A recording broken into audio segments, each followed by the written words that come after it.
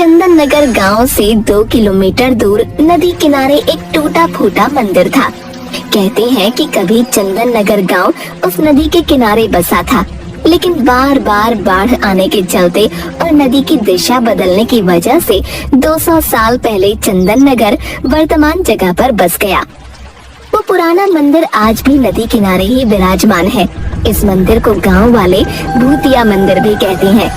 एक दिन बहुत तेज बारिश हो रही थी और बिजली भी चमक रही थी। गांव का भुवन काम से लौट रहा था। उसके कुछ ही दूरी पर गांव का नाई कनुआ कहीं से वापस लौट रहा था। अचानक से बिजली चमकी और मंदिर का घंटा बजने की आवाज आई। हे भगवान, आज क्या अनर्थ होगा पता नहीं, सब सुख रखना। तभी घंटे की आवाज और तेज होती गई और उसके सामने से कनुआ नाई उड़ता हुआ मंदिर की तरफ से गायब हो गया।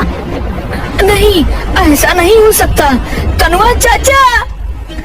थोड़ी देर में बारिश रुक गई और भुवन भागता हुआ कनुआ के घर जा पहुंचा। चाची, वो मंदिर। बताओ रे भुवन को क्या हुआ? इतना घबराए हुए क्यों हो? सब मंगल तो है ना? नहीं चाची, कनुआ चाचा मंदिर के घंटे की आवाज में गायब हो गए। नहीं, ऐसा नहीं हो सकता। कह तो कि झूठ है। मेरी आंखों के सामने चाचा मंदिर की तरफ उड़ते हुए चले गए। मुझे माफ कर दो चाची, मैं कुछ नहीं कर सका। धीरज धरो बहू, अब इन गांव वालों को सब पता नहीं किन पापों का फल मिल रहा है। पिताजी, बहुत प्यास लगी है। एक बोतल पानी लाया था, वो दोपहर में ही खत्म हो गया था। जा नदी किनारे जाकर पी ले। क्या पिताजी, 1.5 किलोमीटर पानी पीने के लिए जाऊं? क्यों ना हम अपने खेत में एक कुआं खोद ले। मेरे सपने में भी आता है कि हमारे खेत में एक कुआं है। चल चुपचाप अपना काम कर। जब देखो उल्टा पुल्टा बात करता रहता है, आलसी कहीं का। 1.5 किलोमीटर चलने के चलते इनको खेत में ही कुआं चाहिए। अरे सपना में कुआं दिखता है। कल आलू भी निकलना है, माँ भी आएगी, 2 बोतल पानी भर लेना। माँ देखो ना, बोतल से पानी खेत में गिर गया। प्यास लगी है, क्यों ना हम अपने खेत में कुआं खोदे। सचमुच मेरे सपने में दिखता है कि अपने खेत में कुआं है। अब तो शाम हो ही गई है, घर जाकर पानी पी लेना बेटा। माँ, मैं थोड़ा चेतन के पास जाऊंगा, तुम लोग घर चले जाना। मैं उससे मिलकर रात में घर लौटूंगा। रतन और सुनीता घर चले जाते हैं। बंकू अपने दोस्त चेतन से मिलने जाता है। रात में घर पर बेटी सुमति, पिताजी को थोड़ा खाना दे आ। रात के 9 बज गए हैं, नहीं तो वो सो जाएंगे। पता नहीं ये बंकू कहाँ रह गया। लाओ माँ, मैं दे देती हूँ। रतन के पास जाकर, पिताजी ये लीजिए आपका खाना। ठीक है बेटा, लाओ। बंकू अभी घर लौटा या नहीं अभी तक? नहीं पापा, बंकू भैया अभी तक नहीं आए हैं। तभी पुराने मंदिर के घंटे के बजने की आवाज आती है। आज वर्षों बाद पुराने मंदिर का घंटा बजा था। बहुत दिनों बाद आज फिर पुराने मंदिर के घंटे बज रहे हैं। जरूर कुछ अनर्थ होने वाला है। यह बंकू ना जाने कहाँ रह गया। तभी सुनीता दौड़ती हुई आती है। अजी सुनते हो, बाहर पुराने मंदिर के घंटे बज रहे हैं। अभी तक बंकू भी घर नहीं लौटा। गजब हो गया, जाने क्या होने वाला है। अरे भाग्यवान, आ जाएगा। घंटे की आवाज सुनी होगी तो वह अपने दोस्त के घर ही रुक गया होगा फिलहाल।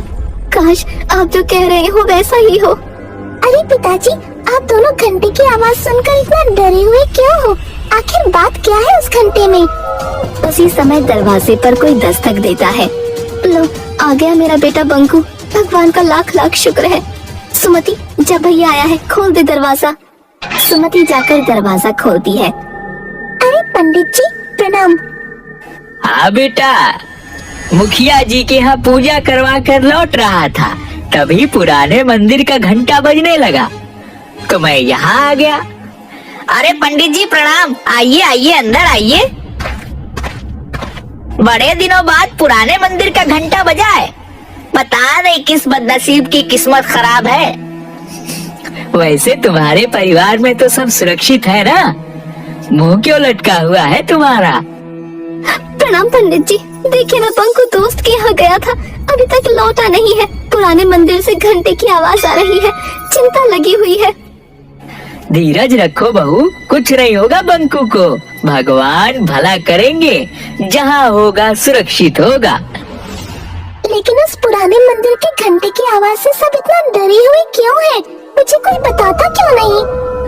ये तो कोई नहीं जानता बच्ची कि वो मंदिर का घंटा अपने आप बजता कैसे है, लेकिन जब भी बजता है गांव से कोई न कोई लापता जरूर हो जाता है। इसीलिए मंदिर का घंटा बजते ही सभी अपने अपने घर में घुस जाते हैं। तो इस घंटे को कोई खोलकर हटा क्यों नहीं देता? जिसने भी घंटा को हटाने की कोशिश की, उसी क्षण उसे लकवा यानी पैरालिसिस मार दिया। ओह, लेकिन ऐसा होता क्यों है? हमारे पूर्वज बताते हैं कि सदियों पहले उस मंदिर के पुजारी की हत्या चोरों ने कर दी थी और कीमती आभूषणों और मूर्तियों को लेकर भाग गए। पर किसी गांव वाले ने पंडित जी की मदद नहीं की? पंडित ने जोर जोर से घंटा बजाया, लेकिन सर्दी के 12 बजे ठंडी रात होने के कारण कोई भी गांव वाले मदद के लिए नहीं गया। कहा जाता है कि उस पुजारी की आत्मा आज भी मंदिर में ही मौजूद है। जब जब पुजारी की आत्मा कुहकती है, मंदिर का घंटा बजने लगता है और गांव का कोई न कोई व्यक्ति गायब हो जाता है। उधर घंटा बजने के पहले बंकू अपने दोस्त चेतन के घर पर था। चेतन, रात काफी हो गई है, अब मैं चलता हूँ। पिताजी खाना खाते समय मुझे खोजते हैं। दरअसल मैं और पिताजी रात का खाना साथ में खाते हैं। ठीक है यार, तुम्हारे साथ भी पता नहीं चला कि टाइम कैसे गुजर गया, इतनी रात हो गई। तभी मंदिर का घंटा बजने लगता है। अरे बंकू, थोड़ी देर रुक जा यार, पुराने मंदिर का घंटा बजने लगा, जरूर कुछ होने वाला है। नहीं यार, पहले ही काफी लेट हो चुका है, पिताजी मेरे बिना खाए सो जाएंगे। और वैसे भी मैं इस अंधविश्वास को नहीं मानता। ठीक है, चलता हूँ, 10 मिनट में घर पहुँच जाऊंगा। चेतन के बार बार मना करने के बावजूद बंकू वहाँ से अपने घर की ओर चल देता है। जैसे जैसे वह चलता जाता, उसके कानों में पुराने मंदिर के घंटे की आवाज तेज होती जाती। घंटे की आवाज अब उसके कानों में इतनी तेज हो गई कि वो दोनों हाथों से कानों को ढक लेता है। फिर भी घंटे की आवाज उसके कानों में नश्तर की तरह चुभ रही थी। इस दौरान कब उसका पैर मंदिर की ओर चल पड़ा, उसे पता भी नहीं चला। एकाएक वो देखता है कि वो मंदिर के पास खड़ा है और घंटा लगातार बजे जा रहा है। वो कुछ समझ पाता इससे पहले ही घंटा चुंबक की तरह से खींच लेता है और घंटे के अंदर बंकू ऐसे समा जाता है जैसे घंटा कोई ब्लैक होल हो।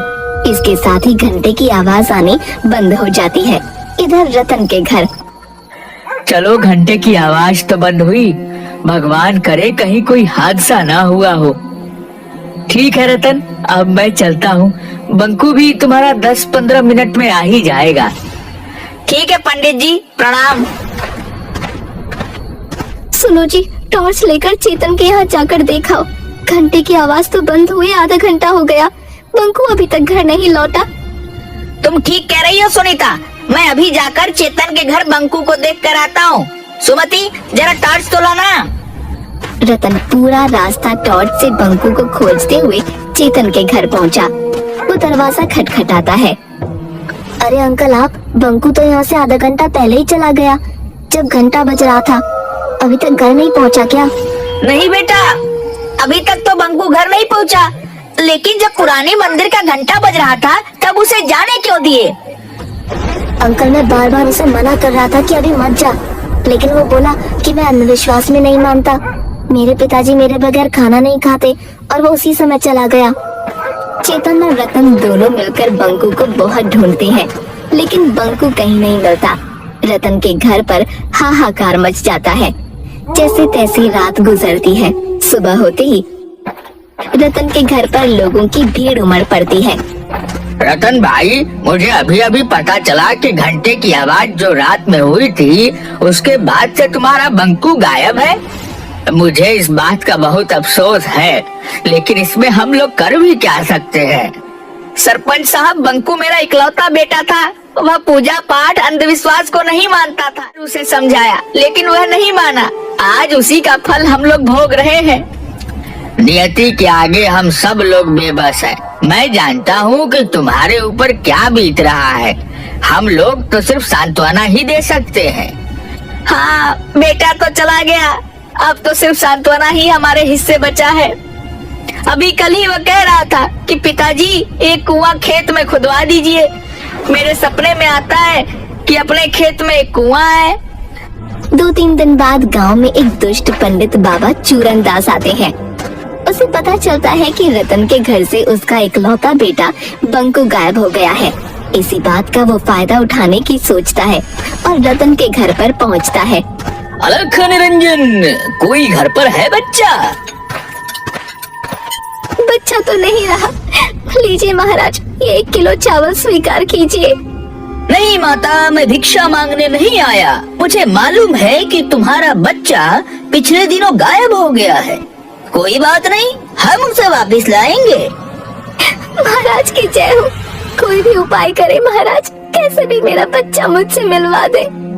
नारायण नारायण, तुम्हारा बच्चा तुम्हें जरूर मिलेगा माता। बस थोड़ा सा दान पुण्य करना होगा। घर में जितना भी सोना है उसका त्याग करना होगा। महाराज, सोने जैसे बेटे के सामने ये नकली सोना किस काम का। मैं अभी आपको घर में रखा सारा सोना जेवर लाकर देती हूँ। सुनीता घर में रखा सारा सोने का गहना लाकर बाबा चूरन दास को दे देती है। ये लो बाबा, मेरे यहाँ जितने भी सोने के गहने थे वो सब मैं ले आई। रुको, एक कान में मेरी बाली भी ले लो। मुझे मेरे बेटे से मिलवा दो बाबा। अलख निरंजन, अब चलो, हमें पुराने मंदिर चलना होगा। वहीं तुम्हारा बेटा तुमसे मिलेगा। बाबा चूरन दास सुनीता के परिवार को पुराने मंदिर की ओर ले चल पड़ते हैं। जल्दी ये बात पूरे गांव में फैल जाती है। बाबा चूरन दास बंकू को वापस लाएंगे। जिनके बच्चे या परिवार का कोई सदस्य अभी तक गायब हुए थे, सब अपने अपने घर के गहने लाकर बाबा चूरन दास के पास पहुंच जाते हैं। बाबा, ये लो मेरे घर के सारे गहने, हमारे बच्चे को वापस ले आओ। बाबा, मेरा भी चाचा को वापस ला दो। ये लो गहने, मेरे पिताजी को वापस ले आओ। ये लो गहने। जल्द ही बाबा के पास सोने के आभूषणों का अंबार लग जाता है। आप लोग शांति बनाए रखें, सभी को उसके परिजन मिल जाएंगे। अभी हम एक हवन करेंगे। चूरन दास मास्क पहनकर हवन में कुछ भस्म फेंकता है, जिससे पूरे मंदिर परिसर में धुआं फैल जाता है और धुएं में सारे लोग बेहोश हो जाते हैं। चूरन दास फौरन सारे जेवर समेटकर एक बोरे में भरकर भागने लगता है। तभी मंदिर में टंगे घंटे से एकाएक किरणें निकलती हैं और चूरन दास वहीं पर अपाहिज हो जाता है। थोड़ी देर बाद सभी को होश आता है। मुझे बचा लो, कोई मुझे बचाओ, मैं पूरी तरह अपाहिज हो चुका हूँ। मैंने तुम लोगों के साथ धोखा किया है। हे भगवान, अब किसी के साथ धोखा नहीं करूँगा। दुष्ट पंडित, तुम्हारी यही सजा है। तुमने कई लोगों के भावनाओं को धोखा दिया है। अब पड़े रहो यहीं। उधर सुनीता ने रात में कहा था कि उसके बेटे की आखिरी इच्छा खेत में कुआं खुदवाने की थी। इसलिए रतन बंकू को याद कर खेत में कुआं खोद रहा होता है। तभी उसे जमीन के अंदर से कुछ मूर्तियां और आभूषण मिलते हैं। वो इसकी खबर सरपंच और पंडित ज्ञानचंद को देता है। जरूर यह मूर्तियां वही पुराने मंदिर की है जो सैकड़ों साल पहले गायब हुए थे। शायद चोरों ने इसे यहाँ पर छुपा रखा था।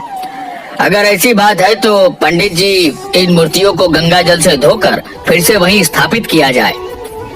पंडित ज्ञानचंद उन मूर्तियों को फिर से पुराने मंदिर में प्रतिस्थापित करवा देता है। तभी जोर से घंटे बजने लगते हैं।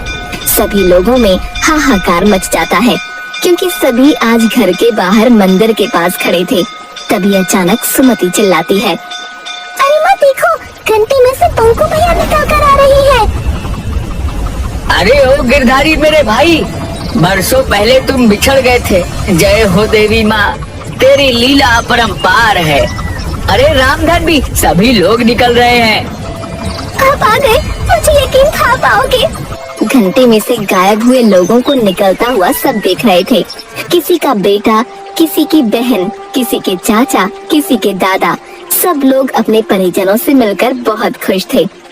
अरे मैं ठीक हो गया। जय हो बाबा, जय भगवान, तेरी महिमा तू ही जाने।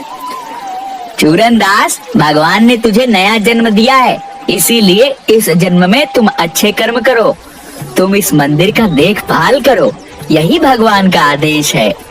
मैं जीवन भर इसी चौखट पर पड़ा रहूंगा, मुझे मोक्ष यही मिलेगा। शायद आज इस मंदिर के पुजारी की आत्मा को शांति मिला होगा। मंदिर में भगवान फिर से स्थापित हो चुके हैं। इस घटना को आज कई साल बीत गए, लेकिन फिर कभी मंदिर का घंटा नहीं बजा।